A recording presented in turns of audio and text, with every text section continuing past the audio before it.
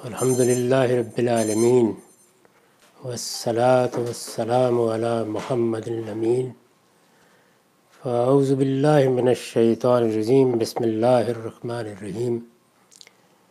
خواتین و حضرات، ہم سورہ اعراف کی آیت 39 سے درس کی ابتدا کر رہے ہیں۔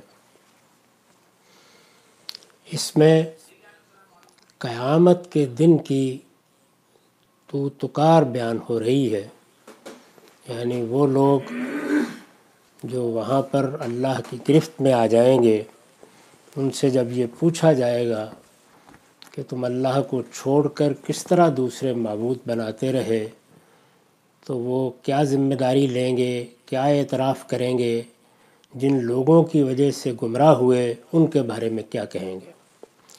یہ بحث ہے جس کو قرآن مجید یہاں نقل کر رہا ہے۔ قرآن مجید کے متعدد مقامات پر اس طرح کا مکالمہ، اس طرح کی گفتگو نقل ہوئی ہے، یعنی اس سے گویا جو صورتحال پیش آنے والی ہے اس کی ایک تصویر ہمارے سامنے آ جاتی ہے۔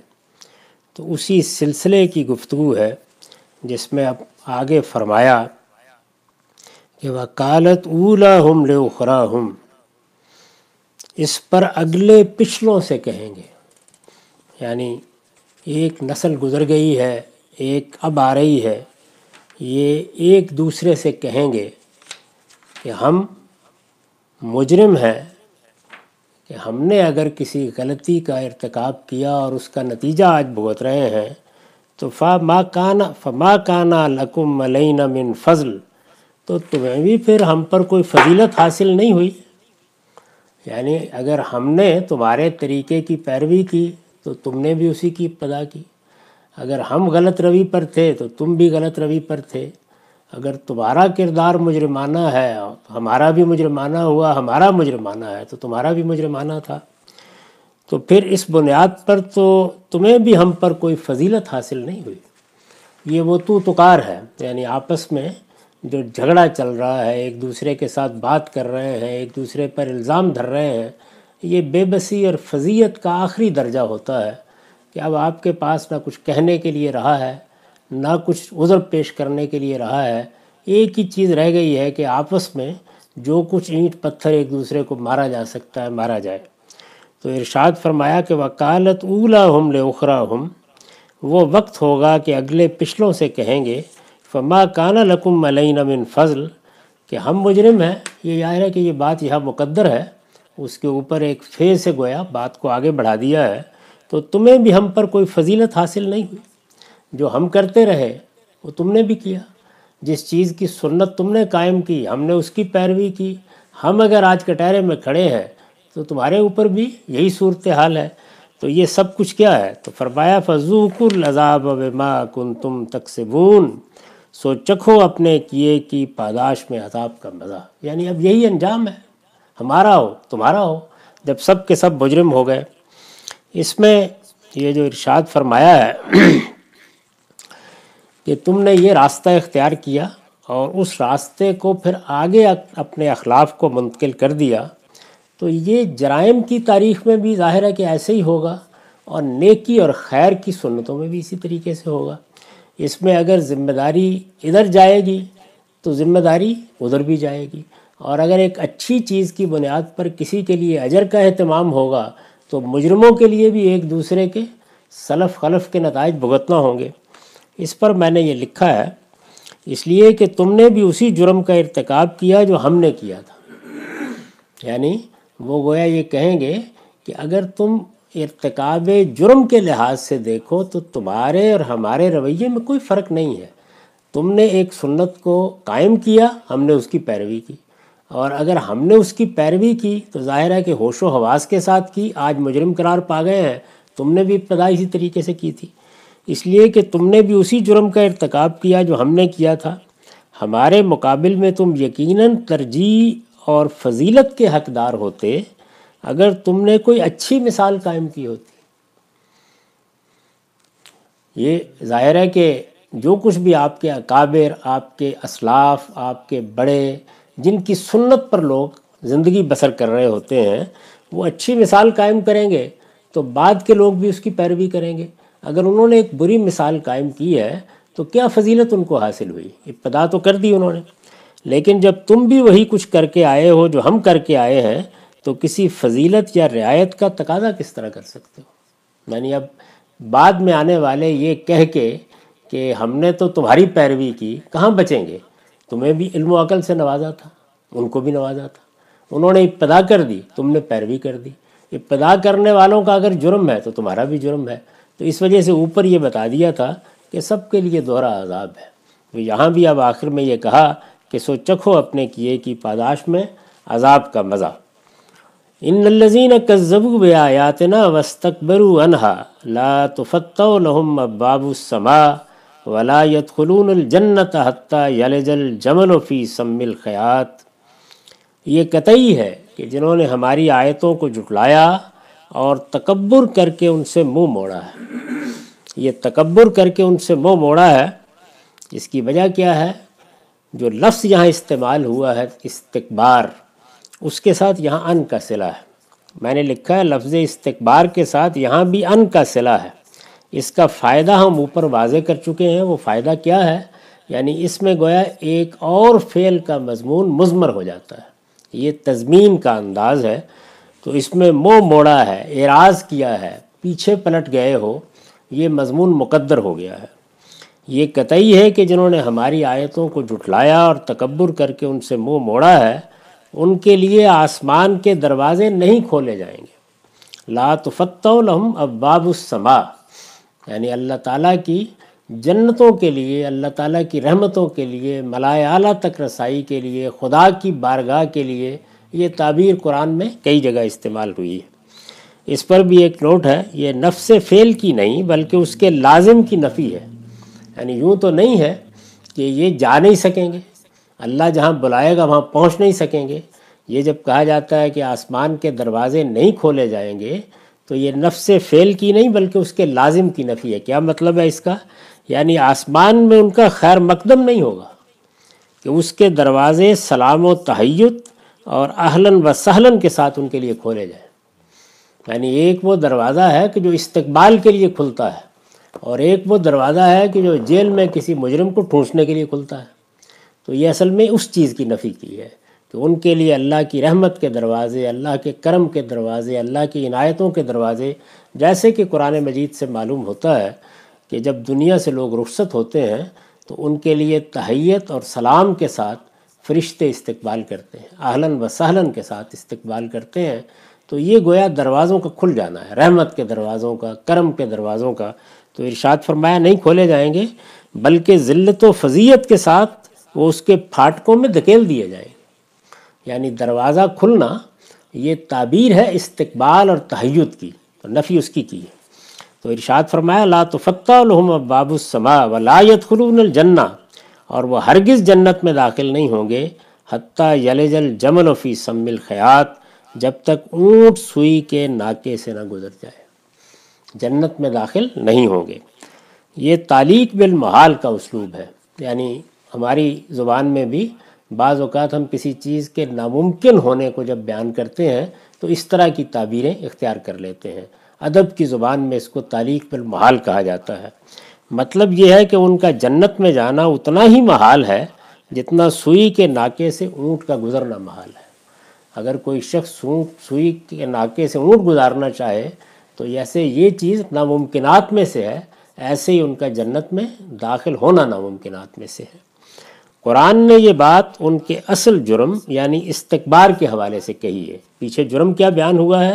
وہ لوگ کہ ان الذین کذبوا بآیاتنا واستکبروا عنہا، یعنی جنہوں نے ہماری آیتوں کو جھٹلایا اور تکبر کر کے ان سے منہ موڑا ہے۔ تو جرم یہ بیان ہوا ہے، تکذیب اور استکبار۔ یعنی اللہ تعالیٰ کی آیات سامنے آئیں، ان کی نشانیاں سامنے آئیں، اللہ تعالیٰ نے جو کچھ پہ اپنے پیغمبروں کے ذریعے سے بھیجا وہ ان کے سامنے پیش کیا گیا، آیات کی تلاوت ہوئی، دین کی دعوت پیش کی گئی، انہوں نے اس کی تکذیب کر دی۔ اور تکذیب کا باعث کیا چیز بنی؟ علم فہم نہیں بلکہ واستکبروا عنہا، استکبار اس کا باعث بنا، تکبر اس کا باعث بنا۔ انہوں نے اس کو اپنے نفس پر، اپنی شخصیت پر چوٹ محسوس کیا، اپنی نفی محسوس کیا اور انانیت کی وجہ سے انکار کر دیا اور منہ موڑ لیا۔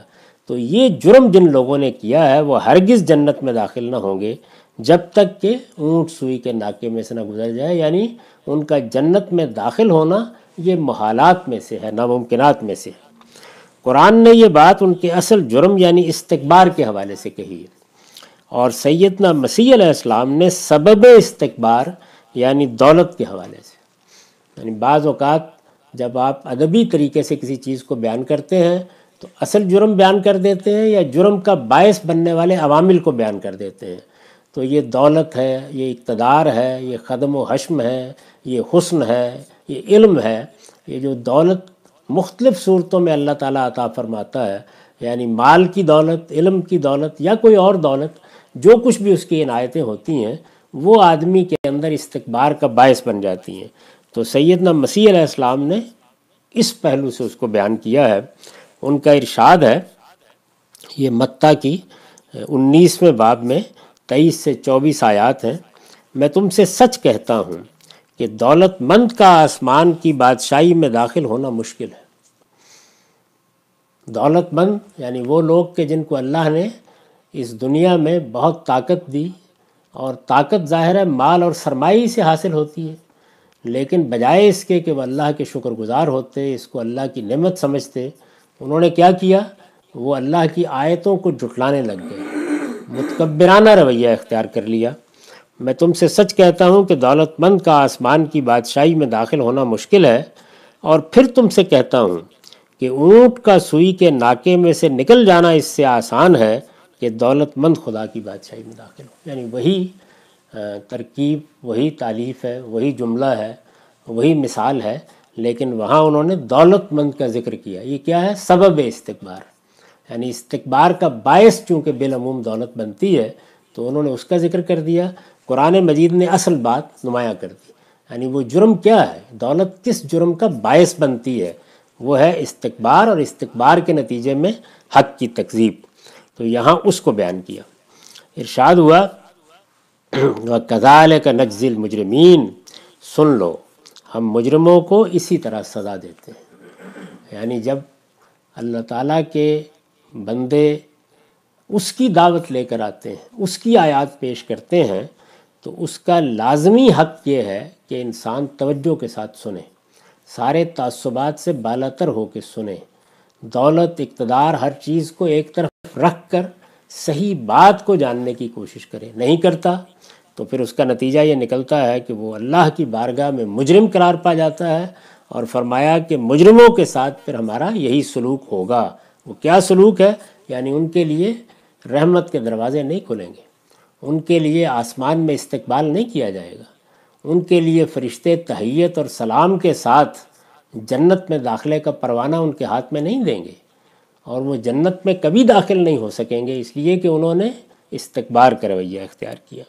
اس سے یہ بات بالکل واضح ہو جاتی ہے کہ وہ اصلی جرم جو اللہ تعالیٰ کی رحمت سے انسان کو ہمیشہ کے لیے دور کر دیتا ہے، اور اسی کے نقیض کے طور پر دیکھیے تو گویا لعنت کا مستحق بنا دیتا ہے، وہ یہی استکبار ہے۔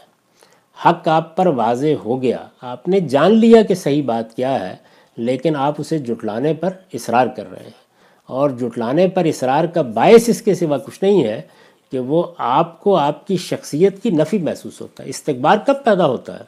ہم ایک بات مانتے تھے، جانتے تھے، ہماری رہنمائی پر لوگ اعتماد کرتے تھے، سب لوگ ہمیں ہی دین کا فاضل عالم سمجھتے تھے یا اپنی قوم کا رہنما سمجھتے تھے، ہم ہی زعیم ملت تھے۔ اب ان صاحب نے آ کے جو بات کہی ہے، اس کے نتیجے میں تو معلوم ہوتا ہے کہ ہم غلطی پر تھے۔ تو یہ غلطی کا اعتراف آسان چیز نہیں ہے۔ اس وقت انسان کی انانیت اس کی راہ میں رکاوٹ بنتی ہے، اور اس کا نتیجہ کیا نکلتا ہے؟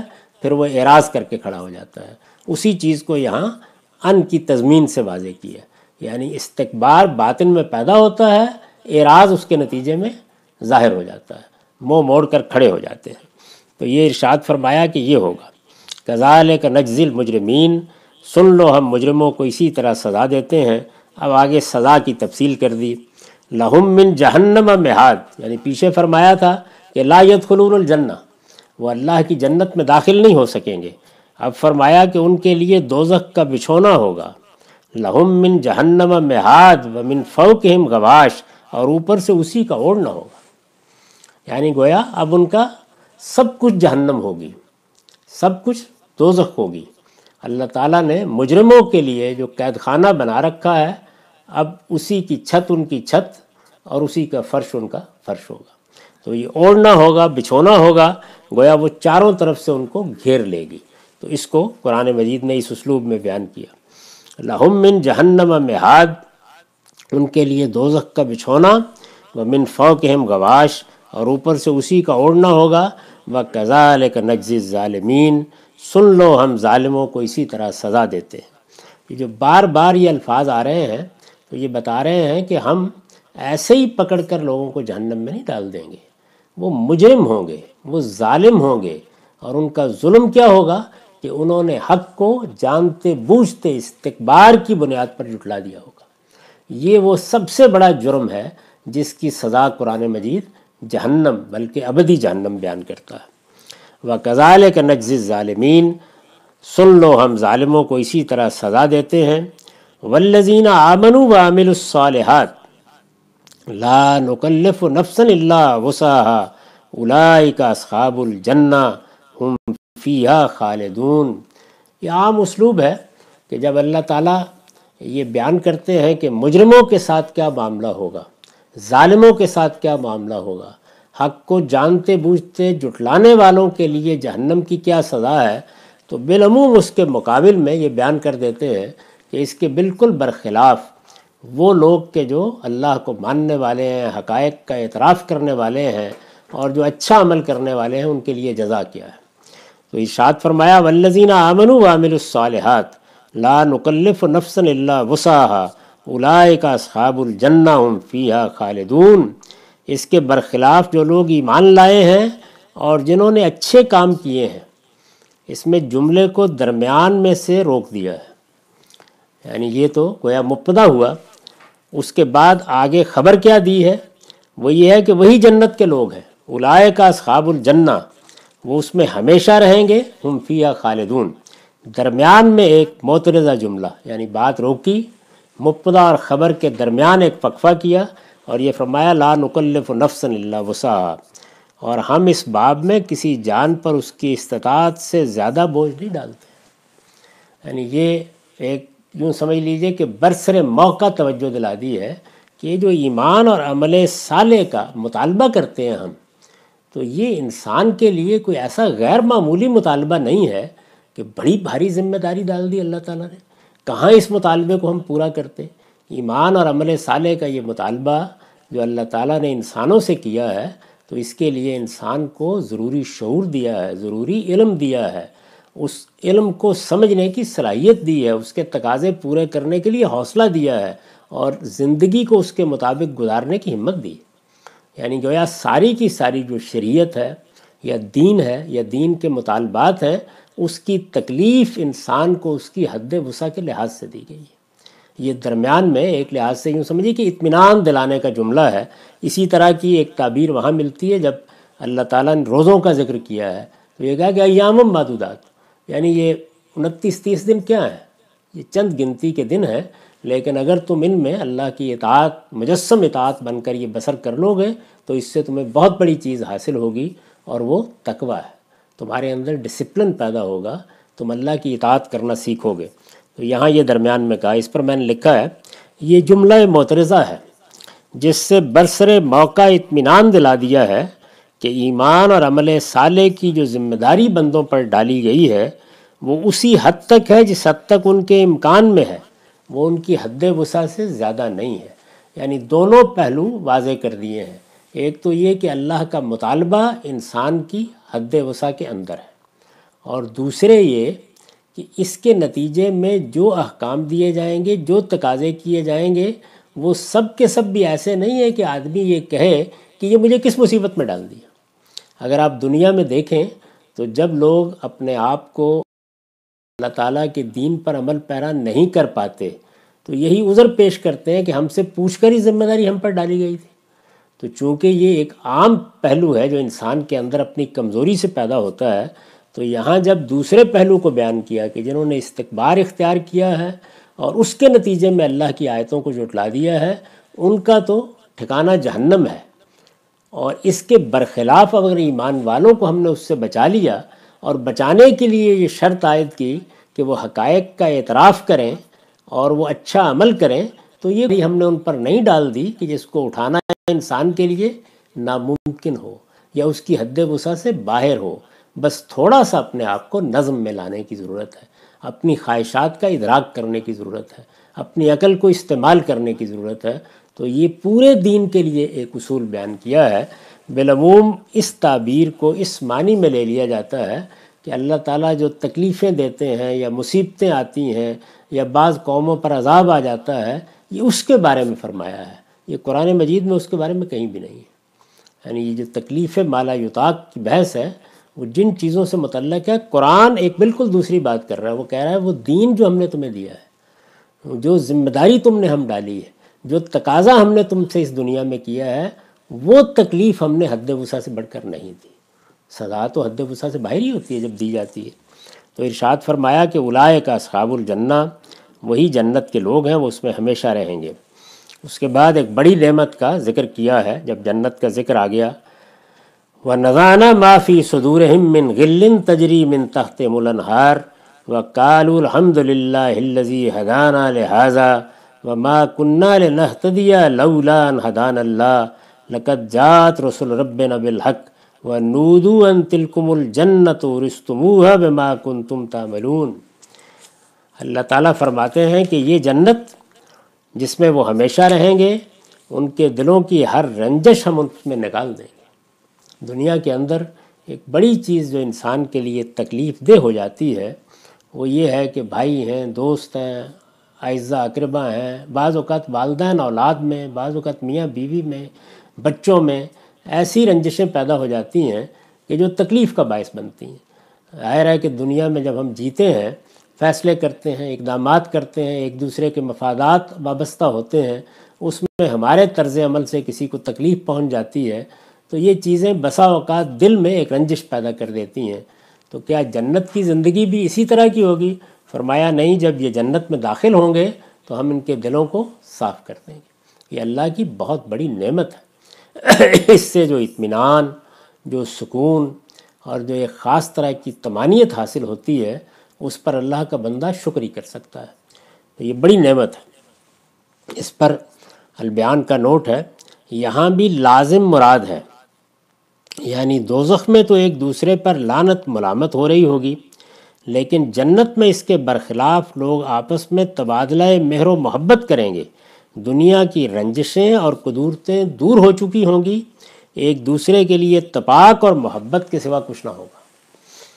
جس طرح وہاں بیان کیا ہے نا، ایک دوسرے کو الزام دے رہے ہیں، ایک دوسرے کے اوپر جرم دھر رہے ہیں، یہ کہہ رہے ہیں کہ تم نے کون سی اچھی بات کی تھی، اگر ہم مجرم ہیں تو تم بھی ایسے ہی مجرم ہو۔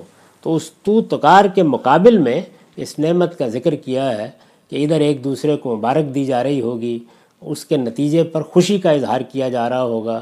اس میں تو کوئی شبہ ہی نہیں ہے کہ درجات میں بھی فرق ہو سکتا ہے، لیکن سب جو کچھ ان کو ملے گا اس کو اللہ کی بڑی نعمت سمجھ کر اس پر شکر ادا کر رہے ہوں گے۔